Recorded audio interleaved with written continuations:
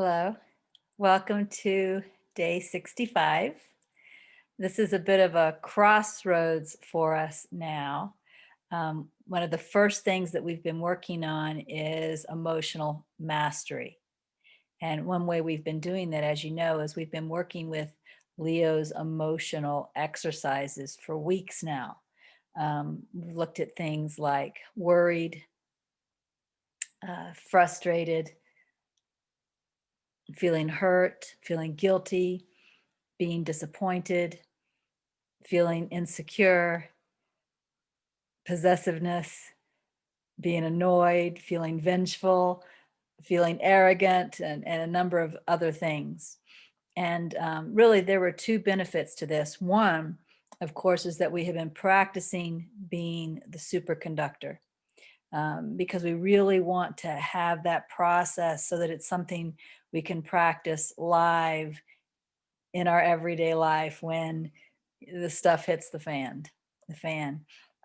But also, since we've been looking at all of these different emotions and you've been recalling situations from your past as you've been practicing these emotions, you've been able to bring up some repressed stuff and actually process it through the superconductor process so that there's been some healing that's occurred too. So I hope that you really gave these exercises your attention because it's been very beneficial. And we're not done with the superconductor. We're going to practice the superconductor, or what I call RAT, throughout the 500 days. But we're done with those special practice sessions that we've been doing along with the reading. And we're going to shift into another category of practice now. We're going to begin working on awareness. We're going to be working on becoming more aware of what's going on with us, which the superconductor has helped with that too, right? So it's prepared us for this next step. But before I get into talking about awareness, what I'd like to do is review some of our reading from this past week. I want to start in NTI Matthew chapter 23. I'm going to look at verses 23 and 24 and verses 25 and 26. This is on page 49. Guilt is the way of the world, but it is not my way. Fear is the way of the world, but it is not my way. Do not make decisions out of guilt or fear, for I will not guide you by those feelings. When you listen to them, you are not listening to me. When you notice guilt in your heart or fear in your mind, focus first on letting go of those feelings. To let go of them is to let go of the world, for the world is a world of guilt and fear. When the guilt and fear have passed, give the decision to me. In peace, you shall know what to do. So, one of the things that we are gradually doing is learning how to listen to guidance, right? We're learning how to listen to the heart before we speak or act, because that's where God or Holy Spirit or the quantum field, right? That's where it connects with us. That's where it communicates with us from the oneness. So a lot of people get confused about what is and what isn't guidance from oneness. And so we're going to be gradually, as we go through these 500 days, getting more and more and clear on that. And the point that's being made here is if you are feeling motivated to do something by guilt, or you are feeling motivated to do something because of fear, that is not guidance. That's the clarification that's being made here. So, for example, if you haven't called a friend in a while, there's been no natural motivation to call this friend, and now you're starting to feel very, very guilty. Oh my God, I should call so and so. I haven't called her in so long. And the only motivation that you're really feeling to make this phone call is guilt. That's coming from the ego. That is not coming from the quantum field. That is not coming from oneness. That is not coming from Holy Spirit. that is not a prompt, that is not guidance. And so that is something you can ignore. If you're really worried about money, constantly thinking about money, and all of a sudden this idea occurs, oh, maybe I could start, doing this or that and make additional money in that way. That is not guidance. That is not coming from the quantum field. That is not coming from the Holy Spirit. That is not coming from oneness. That's what this is teaching. So this is one of the first discernments as you're learning to listen to guidance. This is one of the first discernments you can put into practice. Am I motivated by guilt? Is that why I want to do this? Or am I motivated by fear? Is that why I want to do this? And if so, it's something that you do not need to do. It is something that you can ignore. In fact, again, it says when you notice guilt in your heart or fear in your mind, focus first on letting go of those feelings. That's the guidance. The guidance is to become the superconductor. You practice being the superconductor with guilt. You practice being the superconductor with fear. And then it says, when the guilt and fear have passed. So when you're no longer experiencing those, when they're no longer prodding you to do something, right? When the guilt and fear have passed, then give the decision to me in peace. In peace, you shall know what to do. And as we go through NTI, we're going to learn a lot more about how to follow that guidance that comes from the heart, but we're going to learn it slowly. So again, the first lesson, guilt is not guidance. Fear is not guidance. Guilt is not guidance. Fear is not guidance. That's your first lesson in learning how to listen to guidance. Verses 25 to 26 says, it is not what you do that matters, but why you do it. Do it for me. Do it in peace. Do it in love and with joy. For if you do the same thing, but the purpose of the thing is not me, and it is not done in peace, that thing will bind you to the world. Guilt and fear begets guilt and fear. That means if you act from guilt, there's going to be more guilt coming into your experience. If you act from fear, there's going to be more fear coming into your experience. And of course, you don't find freedom that way. Do not listen to guilt or fear, no matter what it tells you to do. Let go of guilt and fear, right? Again, become the superconductor. Let go of guilt and fear, and then ask me. Now, it does say, if I guide you to do the same thing in peace, love, and joy, you may do that thing. But if I guide you not to do it, trust your peace and choose to let that thing go. I also want to look at verses 37 to 39 from Matthew chapter 23. Be not confused. All that I give to you, I give within your heart. Do not look for your rewards in the world. Look for your reward in me.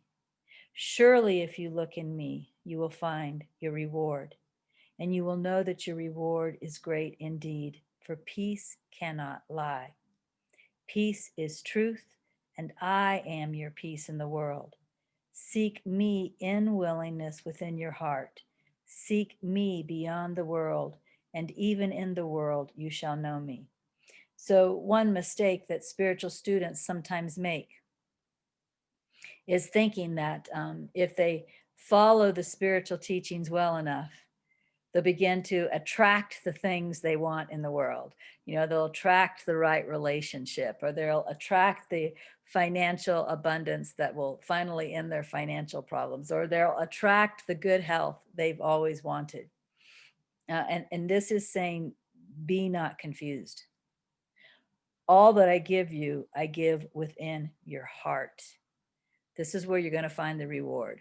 The true reward of the spiritual path is peace, contentment, happiness.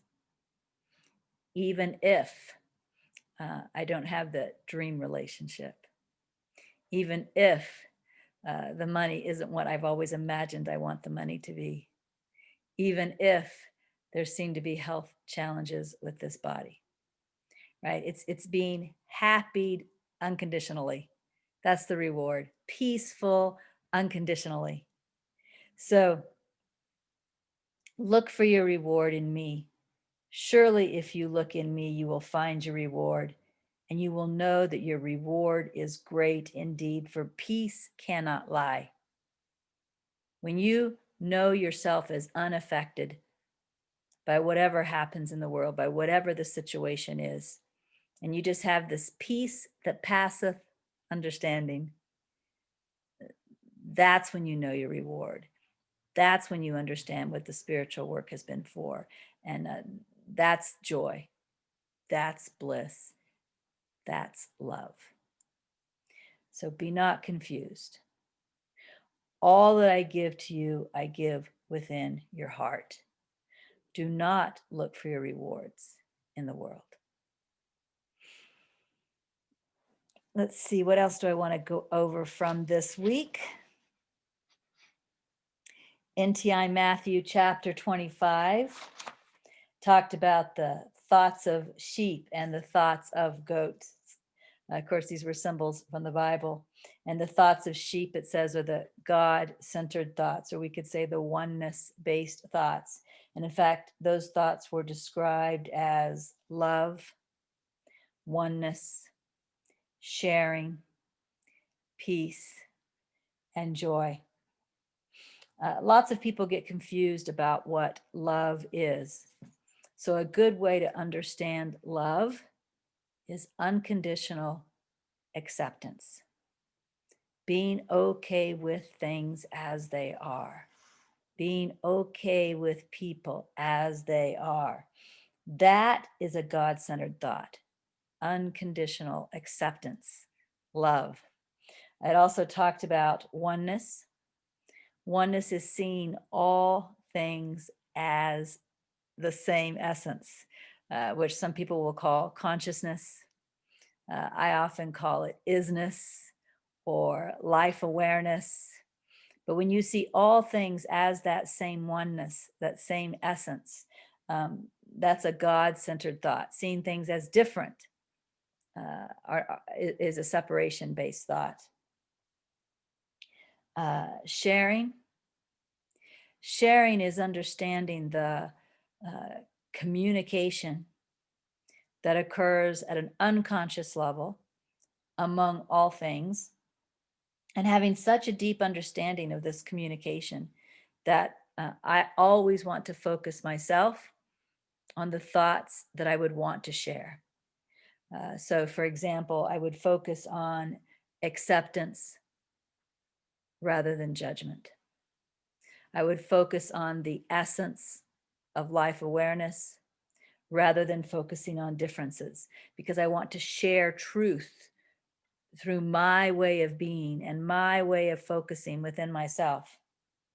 Peace and joy, these are those unconditional rewards we just talked about, right? Being at peace with everything, being joyous with everything, unconditional. So these are God-centered thoughts: love, oneness, sharing, peace, and joy. And then it says the thoughts of goats seem to be the opposite. So the thoughts of goats are basically separation-based thinking, judgment, guilt, unworthiness, fear, blame, attack, defense. And some of these things that we looked at with Leo, being worried, feeling frustrated, feeling hurt, feeling guilty, being disappointed in someone or something, feeling insecure, being possessive. I think greed was another one that we looked at, being annoyed, feeling vengeful, arrogant, right? These are all the thoughts of goats. So what we're starting to look at here is discernment. Because as we learned in NTI Matthew chapter 13, and let me turn back there for just a moment. NTI Matthew chapter 13 said, You must trust me above all that you think and hear and see. You must put me above yourself and your world. And you do this by your choice, by selecting the thoughts you will believe and the thoughts you will let go. So if we're putting the Holy Spirit or God above ourself, above our world, right, in order to learn the truth, by selecting thoughts, we have to know which thoughts to select. We have to have that discernment. And so what we've seen this week is these thoughts of God, these thoughts of sheep, love or acceptance, oneness or essence, sharing or communication, unconscious communication, peace and joy. These are the types of thoughts we want to keep. And all of these thoughts of separation are the types of thoughts that we want to let go. And again, we've learned how to let go. Let go is becoming the superconductor with these thoughts when they show up, right? You become the superconductor with them. Um,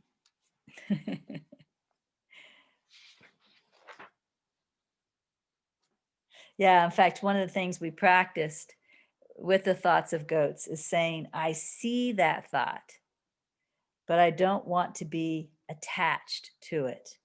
I would rather think with the heart. Oh, I just think that's gorgeous. I love that, right? So, maybe some thought of possessiveness shows up like, why is she using my peanut butter?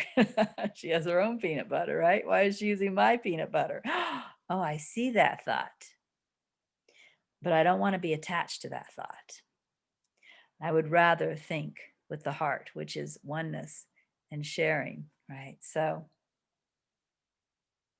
that was a little bit on that section. Also from NTI Matthew chapter 26, and I wrote notes on what I wanted to share. So let me switch to my notebook. NTI Matthew chapter 26 said thoughts of doubt, confusion, fear, attack, and guilt. And of course, these are all thoughts of goats. These are all separation based thoughts. Thoughts of doubt, confusion, fear, attack, and guilt seem justified in a world of doubt, confusion, fear, attack, and pain. But this is why I have told you that the world is not real. For if the world was real, your thoughts would be justified. So again, we already saw, let me turn back again. We already saw back in Matthew chapter 13, the Holy Spirit asked us, you must trust me above all that you think and hear and see. You must put me above yourself and your world. And what the Holy Spirit is saying here is if you believe that the world is more real than I am, and I am coming from Holy Spirit represents the truth. So if you believe the world is more real than truth, you are not going to be able to let go of thinking with confusion, with fear, with attack, with guilt, or with these other things that we've talked about that we practice with Leo, because the world is going to seem to cause your disappointment. The world is going to give you a reason to be possessive, a reason to feel annoyed or frustrated. So as long as you believe the world is more real than the truth, you are not going to be able to transcend your current way of being. You're not going to be able to transcend these thoughts of separation. So again, Holy Spirit is saying, this is why I have told you the world is not real. I need you to have faith in this right now. Because if you can have faith that the world is not real, you'll be able to transcend these thoughts of separation. And in fact, chapter 26 began with, now you must choose where you will decide to look. That again is like saying you must choose where you're going to put your faith. You must choose where you will decide to look. Your decision will show you what you will see. So if I continue to choose those thoughts of separation, I'm going to continue to see a world of separation. It's going to prove to me that I'm right. It's going to prove to me that the world is real, and I am never going to transcend the world. I'm reminded right now in the Bible, Jesus said something like, fear not, for I have overcome the world, right? I have transcended the world, which really means that can be done. If I have done it, you can do it. Fear not, for I have overcome the world. This means you can overcome the world too. And this is telling us that if we want to overcome the world, transcend the sense of separation, we need to have some faith that the world is not real, because otherwise it's just going to continue to justify all of our ways of thinking. That's going to continue to prove separation to us. So now you must choose where you will decide to look, or now you must choose which thoughts you're going to pay attention to. Now you must choose which thoughts you're going to put your faith in. And your decision will show you what you'll see. You can be stuck if you just keep choosing those thoughts of separation. So again, you must trust me. This is from NTI, Matthew chapter 13. You must trust me above all that you think and hear and see. You must put me above yourself and your world. And you do this by your choice, by selecting the thoughts you will believe and the thoughts you will let go. And of course, one of the things we practiced this week was looking at our thoughts of separation, looking at our judgment thoughts specifically, and saying, will I believe this thought and keep it? Or will I let this thought go? And again, letting go is being the superconductor with it, letting it just move through us without getting stuck. So that's the review of the reading that I wanted to do. I also wanted to talk a little bit about that video we watched. The video was another Leo video called Awareness Alone is Curative. And it's interesting because the ego has a lot of trouble believing this. In fact, the ego doesn't believe this. The ego thinks this can't possibly be true, that the awareness itself cures or heals or corrects. But that is absolutely true. And this is why we've watched the video. Now, one of the things that Leo pointed out at the beginning of the video is that part of you wants to change and part of you doesn't. Or I would say part of you wants to heal and part of you doesn't. Or part of you wants to awaken and part of you doesn't. That alone is a reason why you can't fight your way into a healing or fight your way into awakening. Because when you get into the struggle, when you get into the fight, you're actually getting into the ego, which is the part of you that does not want to heal, the part of you that does not want to awaken. Therefore, that fight, that struggle won't work. Awareness is the light of God. Awareness is purity. So just being aware, just watching, just observing has miraculous healing power in it. And again, ego doesn't believe that. Ego thinks it needs to be a fight or a struggle, but you can't heal from ego and you can't heal from ego's opinions. So Leo said that any unhealthy habit or behavior you have will autocorrect in time through the process of observation. And he used examples like smoking or overeating. But this works with everything, including the spiritual practices, the spiritual skills that we're going to be working on in the 500 days. So let's pick one. Learning to follow guidance instead of your own egoic thinking. Following egoic thinking is a habit, just like smoking is a habit, just like overeating is a habit. So the same process, which is observation, awareness, the same process that can help you transcend smoking or transcend overeating can help you transcend thinking with the ego so that you begin to look to the heart for guidance and follow the heart instead. And that's just one example. So when you're going through the 500 days and you're changing habits in order to get habits that are more suited to spiritual awakening. You're going to change those habits not through fight, not through struggle, not through ego, but through awareness, through observation. And this might make you want to go back and watch that video with Leo again. He says, shine the light of your awareness on the problem, trusting that with sufficient awareness, the problem will dissolve. So if the problem is forgetting to ask for guidance, just notice, look, I forgot to ask for guidance again there. Wow. Once again, I forgot to ask for guidance. Look what happened. I forgot to ask for guidance, right? You just keep noticing. There it was again. There it was again, right?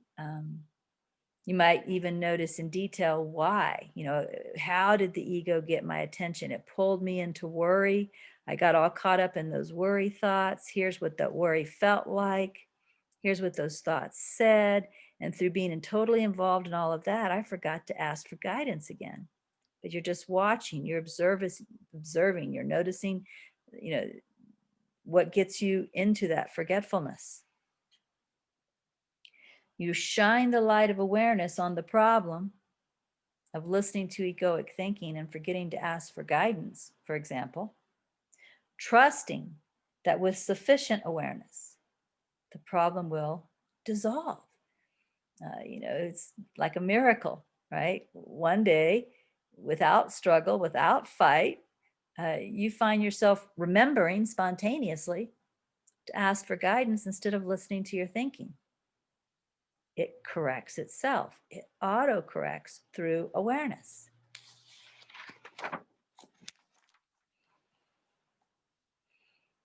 Leo said, if you remain aware, unhealthy behaviors won't be able to continue. In other words, the ego can only thrive in darkness, and darkness is non-awareness.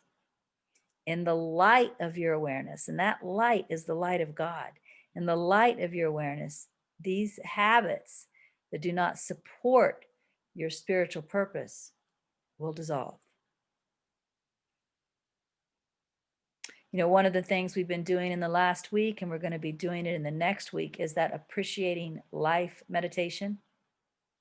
The appreciating life meditation is actually a practice in awareness, right? When you're sitting there with your eyes closed or your eyes open, but you're just noticing what you hear, you're noticing what you feel, you're going deeper and deeper into that noticing, you're going into awareness. You're learning to bring awareness to things. And again, we're going to be going much deeper into that. As I said at the beginning of this video, we're going to be leaving the daily practice or the near daily practice of becoming emotional masters. And we're now going to step into a practice that's going to make us more aware of what's going on with us. And this is very important because awareness heals. So that appreciating life meditation is a part of this practice. We've already begun.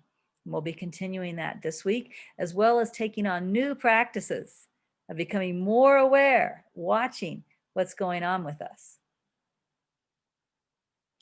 There were some important points that Leo made in the video that I want to go over.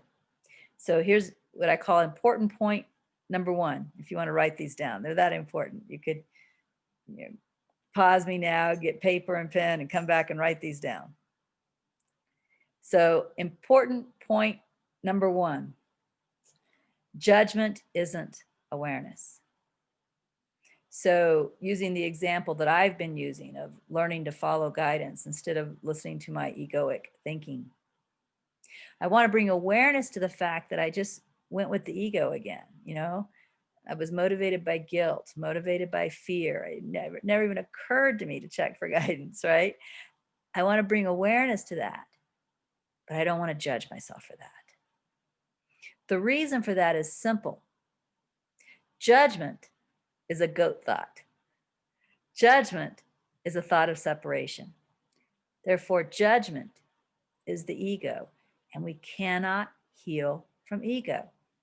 As soon as I step into judging myself for what I've observed, I have left the light of awareness. I've gone back into ego. I have gone back into the part of me that does not want to change. I have gone back into the part of me that does not want to heal.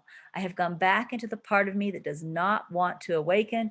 And because that's where I am now abiding, uh, there will be no progress.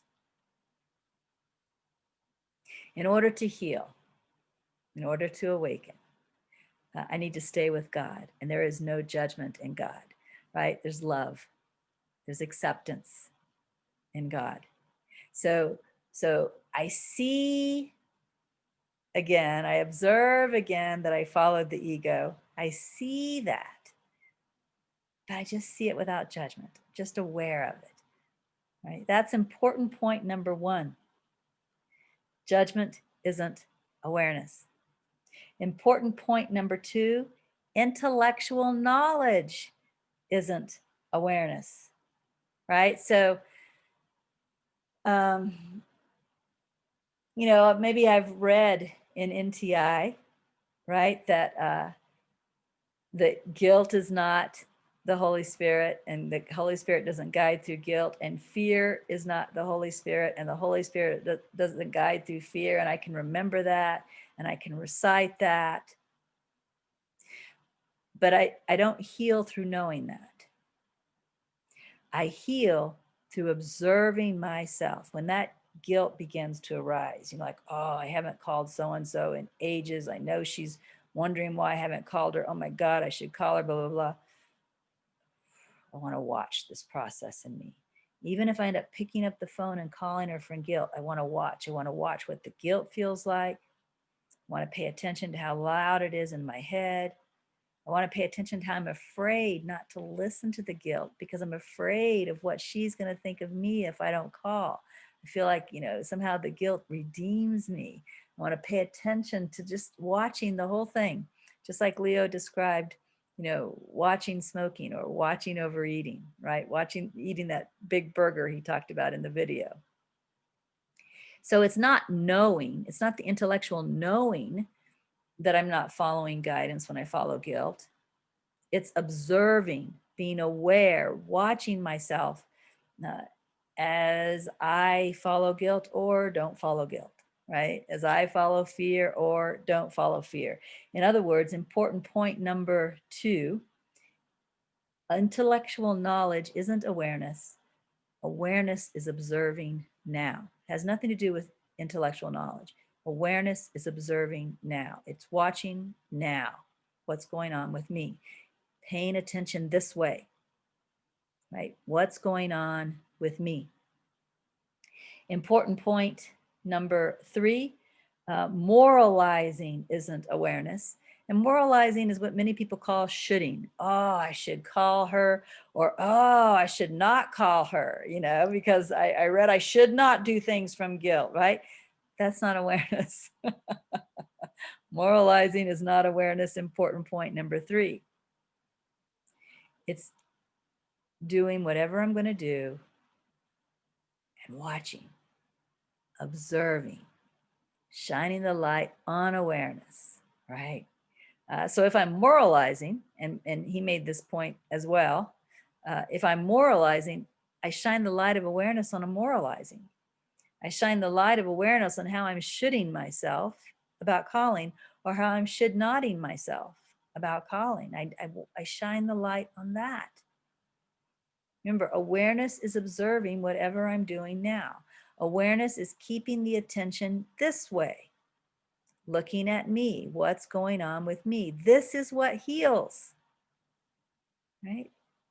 It's so simple, and yet it's not everyone's habit. The habit is to keep the attention out. So we need to learn to keep the attention this way. Important point number four, awareness is not suppression. So I don't want to suppress guilt, suppress fear, suppress disappointment, suppress greed, right? Suppress possessiveness, suppress arrogance. I don't want to do that. And, and we already know that. We've already learned that because we've already been practicing being the superconductor. And the superconductor is actually awareness. In fact, let me show that to you. Notice with the superconductor, of course, we start with relaxing the body, but then notice we come into the present moment. As soon as we come into the present moment, we're coming into awareness. What am I noticing? What am I hearing? What am I feeling? Right? I'm shifting into awareness, connecting with the body in that same way. Awareness of what's going on with the body, fully feeling it, awareness of what I'm feeling, allowing it, awareness without judgment, right? Awareness without moralizing, observing it right there, awareness. And then the do nothing is the trust. Notice I put the do nothing across from the trust in the rat technique. And, you know, again, Leo said over and over in that video that we watched this weekend to trust that awareness is curative. Just trust that awareness is curative. In fact, I read a sentence from him a moment ago. Shine the light of your awareness on the problem, trusting that with sufficient awareness, the problem will dissolve. So we do nothing. We just trust that through this awareness, right, healing is happening. So that important point, awareness is not suppression, right? You don't suppress anything. You may be going right on with the bad habit, whatever the bad habit is, but you're watching as you do, right? It's not suppression. Or you can be the superconductor with the habit. You don't necessarily have to follow the habit. Just sit back and allow all that urge to arise in you, all those thoughts to arise in you, and be the superconductor, because that is also awareness.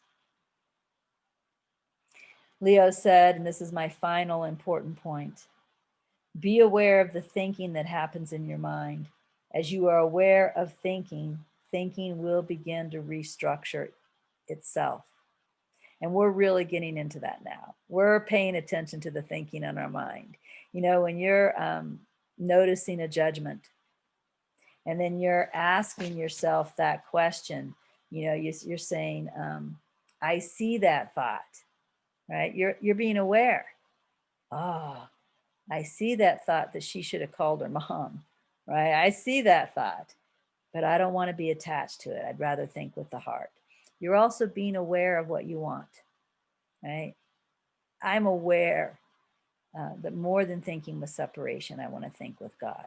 So by saying these types of things, you are practicing becoming aware of your thinking. And again, Leo said, be aware of the thinking that happens in your mind. As you are aware of thinking, thinking will begin to restructure itself.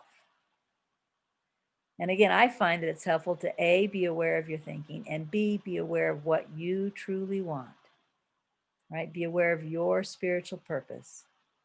Be aware that what I really want is to think with the heart rather than with the ego. So through bringing this awareness to your thought, remember again, awareness is not judgment. Awareness is not intellectual knowledge. Awareness is not shoulding or should notting. Awareness is not suppression of thought. It's watching the thought.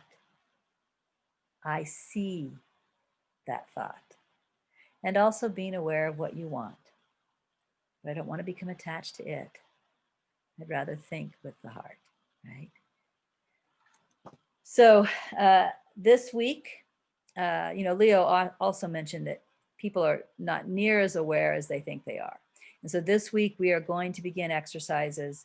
They're going to help us become more aware, help us pay attention to what's going on this way as we go through our day. So that's all I have to say for now. Remember, of course, you're going to pick something from last week, an exercise from last week to do again tomorrow, or if you have me watching this in the morning today. And then your new exercises are coming, right? So see ya next week. Bye.